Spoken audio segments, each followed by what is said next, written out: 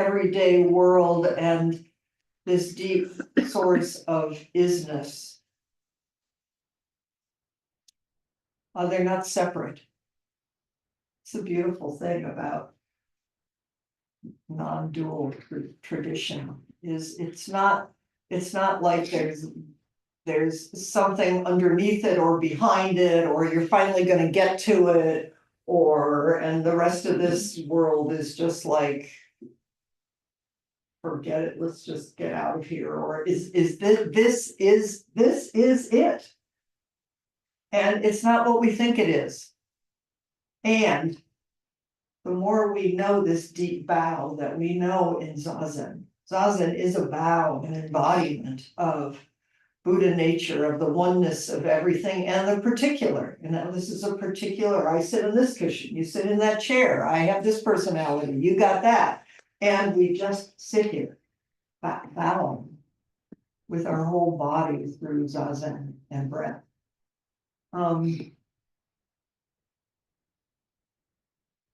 Another way that Suzuki Roshi describes it, and you'll see in the video, is Ri and Ji. Ri is the source. Something wonderful, beyond description, beyond words, beyond thinking, beyond figuring it out. Whatever we conceive it to be, you can't. The minute you think, I got it, where did it go? So everything is empty of any inherent self nature, of any fixed identity. Everything is flowing in and out of everything else. Everything is in deep mutuality, creating and co-creating everything else in each moment. And each moment isn't even, it's like, we think this moment, that happened, that didn't happen. And it's the jewel net of Indra. It's everything is touching and vibrating and alive. And Suzuki Roshi says over and over, and you'll find in the video that we do know it through Zazen. He says, only when you practice Zazen do you have it. You don't know it, but you're sitting in the middle of it. And I like to think Zazen body is that body that whether you're in the grocery store line or in the bathroom or whatever is happening, we're always in the middle of it. Zazen body is, I was talking to someone yesterday, just this, just backward step. It doesn't go anywhere. It's always here. G is branching streams flow on in the dark. It's everything we can see, smell, taste, outer and inner thoughts, feelings, emotions, ideas. It's the teachings. It's the proliferation of viewpoints, attitudes, things, opinions, reactivity. We are so awash in the noise of the world, right? I mean, it's coming at us, 100,000 million things.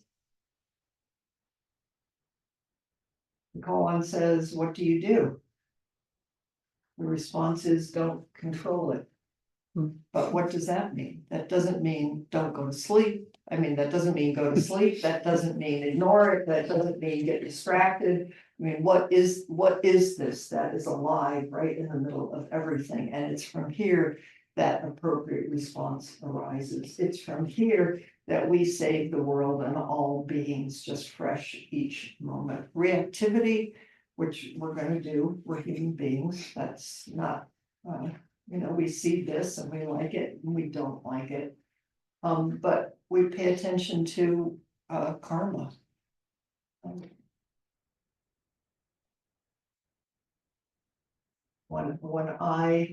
When the world comes, quote, at me, when I feel like the world is coming at me, and I can feel something that feels like a karmic response, which is, yeah, or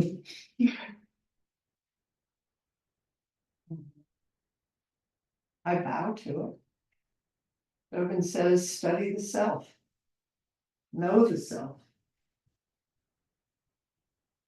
The more you can know the self, you can forget the self, meaning not be so bound up in it. And then the myriad things all come forward and enlighten you, wake you up. We're in deep mutuality with everything.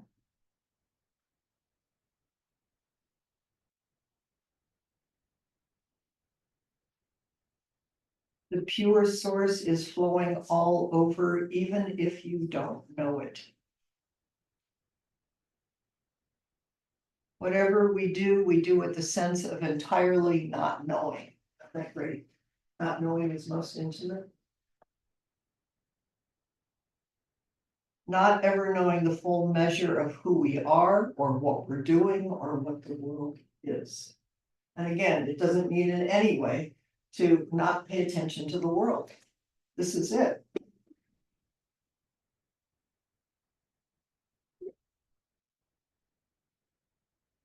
Grasping at things is delusion, according with sameness is still not enlightenment. Grasping means not to stick to the many things we see.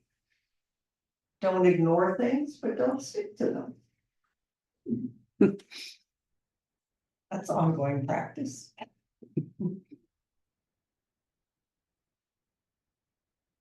Alive is the ongoing flow of activity. Delusion is built into the functioning of the mind. You are not doing it wrong because we are deluded, greed, hate, and delusion. Like, okay. Now let's pay attention. Let's wake up. Let's help each other. Let's cultivate love, that is the mutuality, the flow of here I am. And I know what is helping me. There is nothing wrong with the activity itself in and of itself. It's the sticking to it. Just notice when you're sticking. And often we know the sticking because it feels like, if you really pay attention, it feels like suffering. Oh, anxiety. Oh, fear. Oh. Suzuki Roshi says there is no truth that is different from what each being is. Each being is itself truth. Don't put anybody outside of our hearts and minds.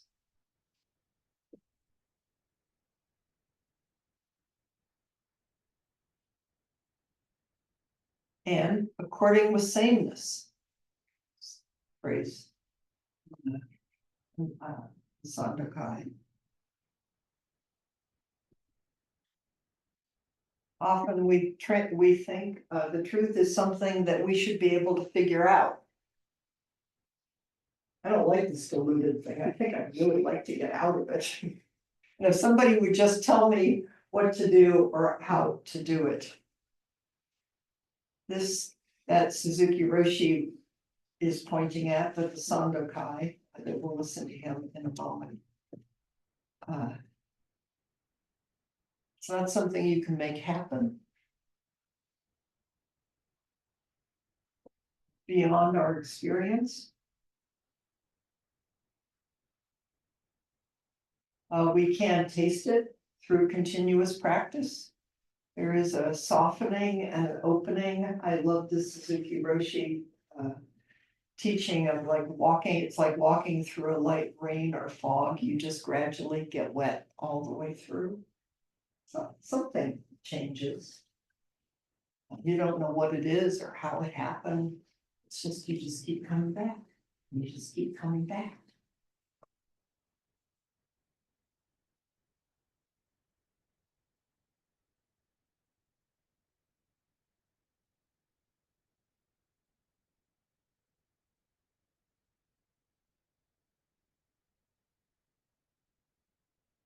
Just an ever-changing meeting with whatever comes in living.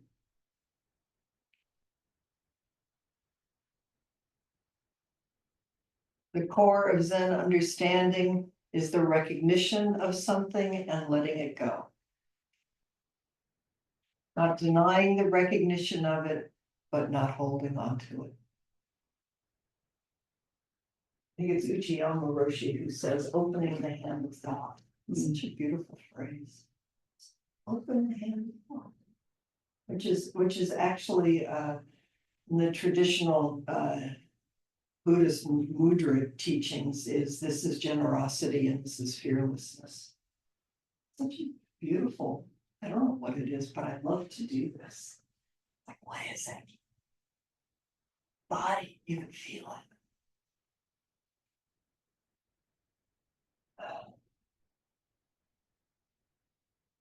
So Suzuki Roshi's fourth talk, which is what he's talking on in the video, that we will get to. All the objects of the senses interact and yet do not. Interacting brings involvement, otherwise each keeps its place. And those who, Mel and Michael, who compiled the lectures, brought forward the phrase, the blue jay will come right into your heart. Is that? We'll say video. Buddhism is about perception. How do we experience the world? Because how we perceive is how we make the world, right?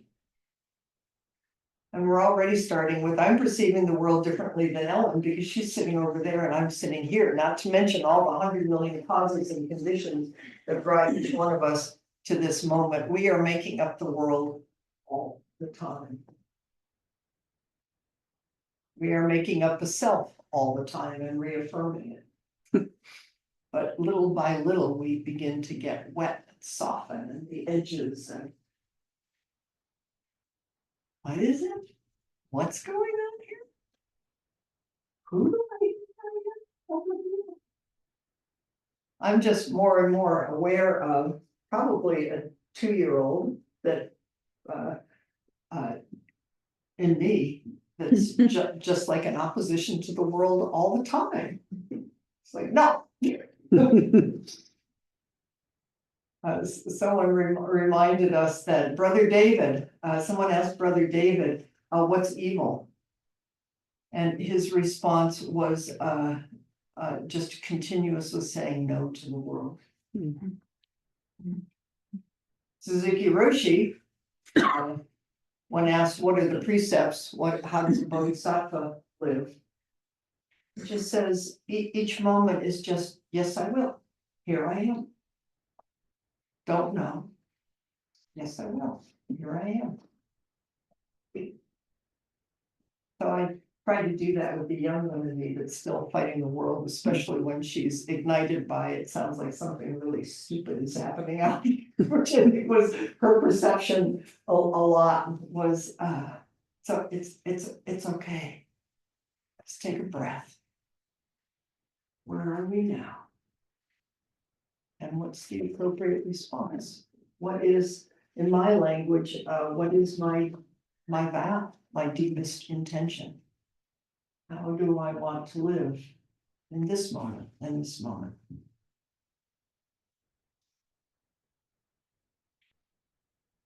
So I'll do this more on Tuesday.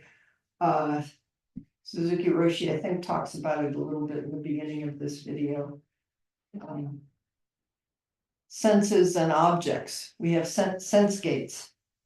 Eyes, ears, nose, tongue, body, mind.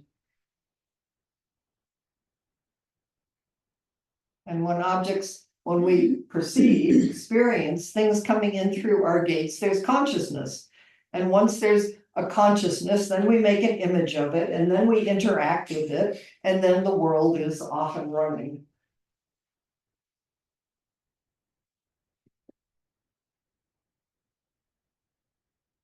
The Heart Sutra says there are eyes, ears, nose, tongue, body, mind. And no eyes, no ears, no nose, no tongue, no body, no mind. We all know that, right? Because we say it. I don't know what it means. Do you know what it means? All the objects of the senses interact and yet do not.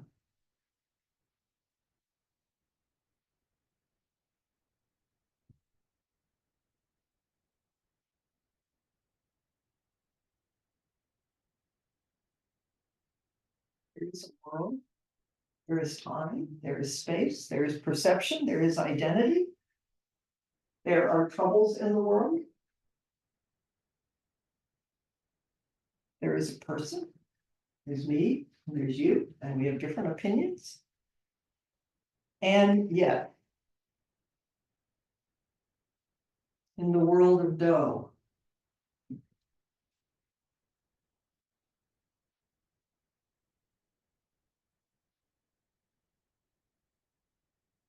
can you feel it?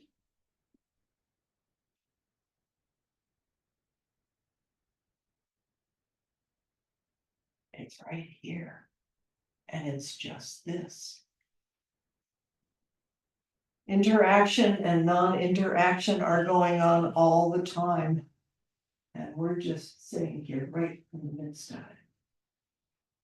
What is it?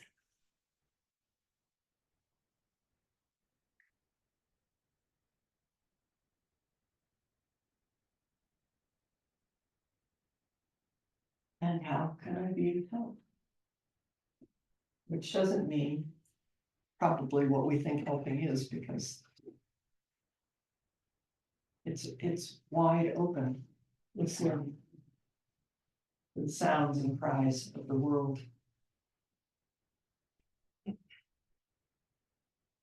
So let's see if we can make this happen. This is Roshi. It's about 7 minutes. Okay. And I hope it'll show up on the screen for you guys. And you guys want to move over here? You want to just or see what you can see or.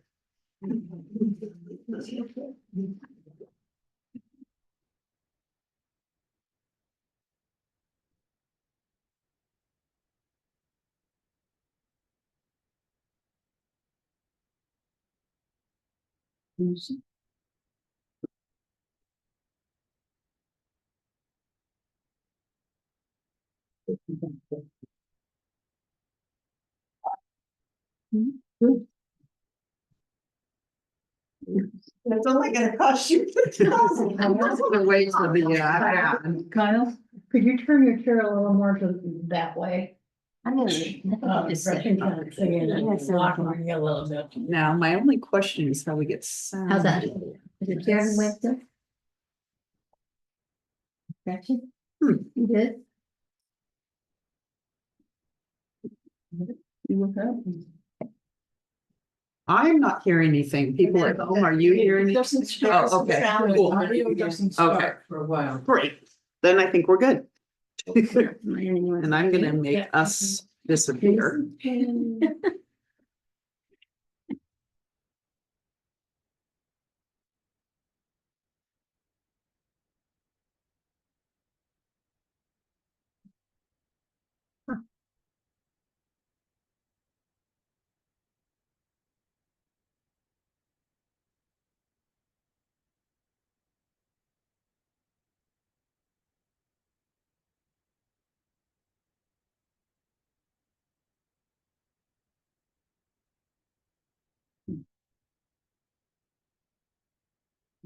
You got Red's voice. Yeah.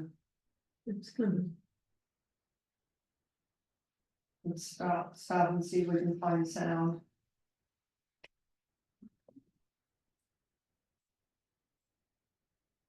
At least there's subtitles. Yeah, there are some, Yeah. so we can do that if we need to. Yeah, I don't know why there isn't Can sound. you go into the little icon? Yeah. There's the sound. It's up. Mute it. That's mute. That's unmute. So it should, I would just keep going just a tiny bit more. No, Yeah, there's sound here. Sound. Speaker, see who the speakers are. Back in audio settings. You ready? Mhm. I gotta get out of this full screen. Hang out with Suzuki Roshi. while we're figuring all this out. I'm surprised how young he looks. How old is he? I think he died in his 67. He died really. He came. Here's audio. He came here and was here for 6 years, I think, before he died. It's amazing Speakers. what he did. I thought he was here for Oh, it 12. says It's headphones. weird, Since yeah. 59. Let's try this. He does look different there. I've never seen him live. Doesn't wanna give us audio. Okay. And this is when you Sharp. was Should be pretty. going through the Sharp. TV. Yeah, now let's make sure that, need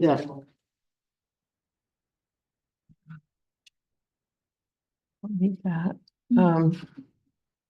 Is there a control right on the TV? Well, it's playing through the TV, so. Yeah, that's what I'm thinking, that We if, tested it was fine. is there a audio? Keep the volume not turned down somehow. I don't think so, because if the test goes through, then this should go through. Is it all subtitled? Here we go. Try it on. Try it now. Same. Mm, You want to just go with the subtitles? Yeah. Let's just back it up, You just bet. back it up to, where he began saying about Rangy and we. You got it. We can imagine him talking.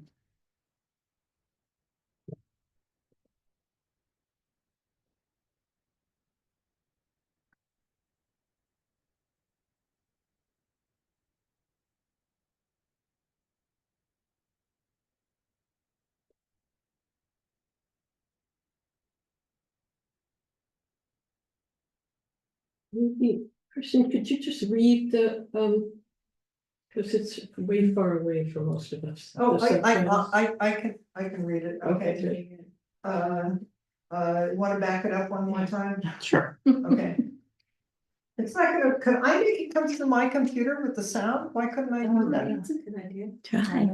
But do, Try it. You, here, it's you, but it's not the video.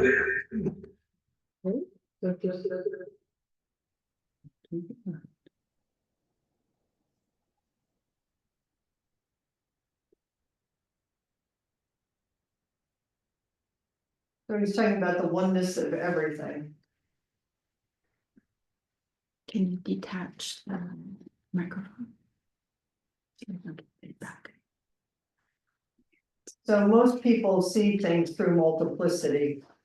That's common. Characteristic of Buddha's teaching is to go beyond things.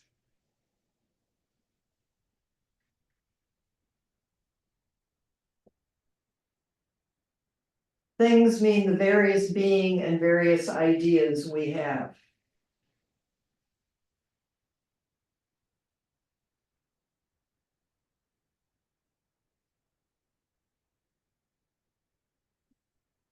When we go beyond subjective and objective world, which is G, multiplicity, the many,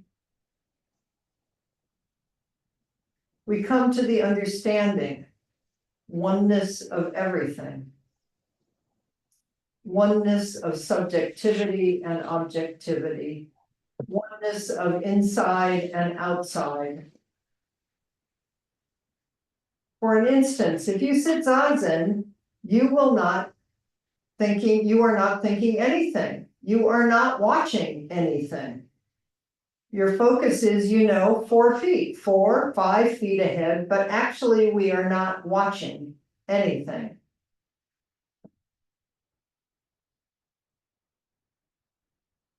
Just focus is there. But if we don't watch anything, even though many ideas come, we do not think, it comes in and it goes out. That's all. We don't think it just comes in and it goes out. We do not entertain various ideas, We do not serve, and then he laughs, we don't serve it food or anything, It's like, don't invite it for tea. Just watch it come in and go out. If they come in, okay. If they go out, okay, that's all. That is zazen,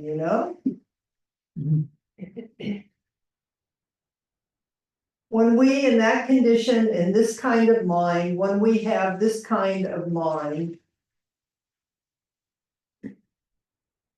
our mind actually includes everything, even though you do not try to include. Everything is in your mind. The other day I explained what is sound. Sound is different from noise. Sound is something which comes out more real.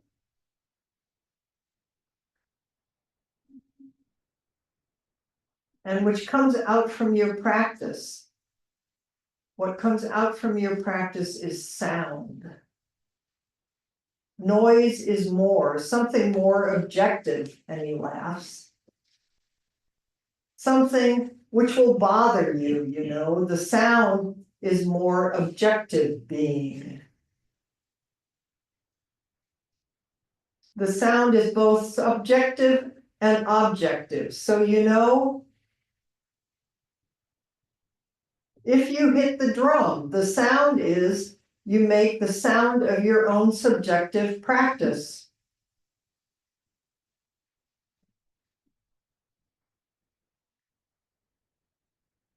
And it is also the sound which encourages all of us.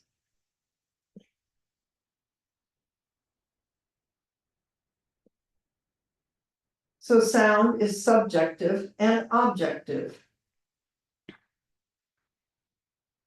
Buddhists understand everything, every noise as a sound which we make.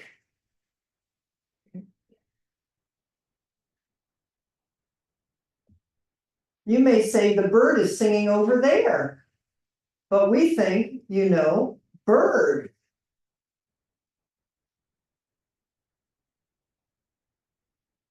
When we hear the bird, bird is me already. I actually am not listening to the bird. When we hear the bird, bird is me already. Bird is here in my mind already, and I am singing with the bird.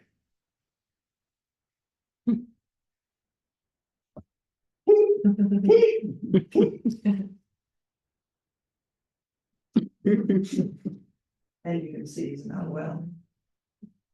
If you think, when you are reading something, if you think the bird is there, you know. Blue jay is over my roof, he laughs, the blue jay is singing, but their voice is not so good. Those dumb blue jays, that's me. Then he laughs and laughs. When you think about it in that way, that is noise. When you are not disturbed by the blue jay will come right into your heart, and you will be a blue jay.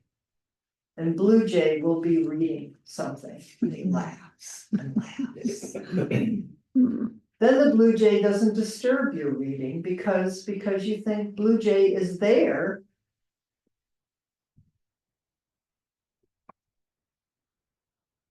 Blue jay should not be over my roof. When you think in that way, that is a more primitive understanding of being. When we understand things in that way, it's because of our want of practice, you know. When you practice Zazen more, you can accept things as your own, whatever it is. When you practice Zazen more, you can accept whatever it is. Okay, let's stop there. There's the blackboard, but we'll do that on Tuesday. Oh, this one. So I'm gonna suggest we get together in little groups. I got breakout rooms today, I didn't get them on Good. Thursday, but Tuesday was very disturbing, they're back, this is so wonderful. You can talk about whatever you want, whatever the experience might have been of seeing Suzuki Roshi or of hearing his teachings. My question is, which you can address or not address, is what's the difference, what's he talking about the difference between noise and sound? It's like, Avalokiteshvara is the one who hears the sounds of the world. We're gonna talk about this more at the sitting on Sunday. He hears the sounds of the world. What is that body that receives the world as sound, and what is the body, mind that perceives the world as noise? As out there. You understand? Yeah. Yeah, so explore it, or anything else in any of this. These are real practical teachings. They're to help us be in the noise of the world, and there's plenty of noise in the world right now. What is it, the body that can be in the sound of the world, and then there's a different response. Okay, so just little groups of 3 together. Oh, we don't have very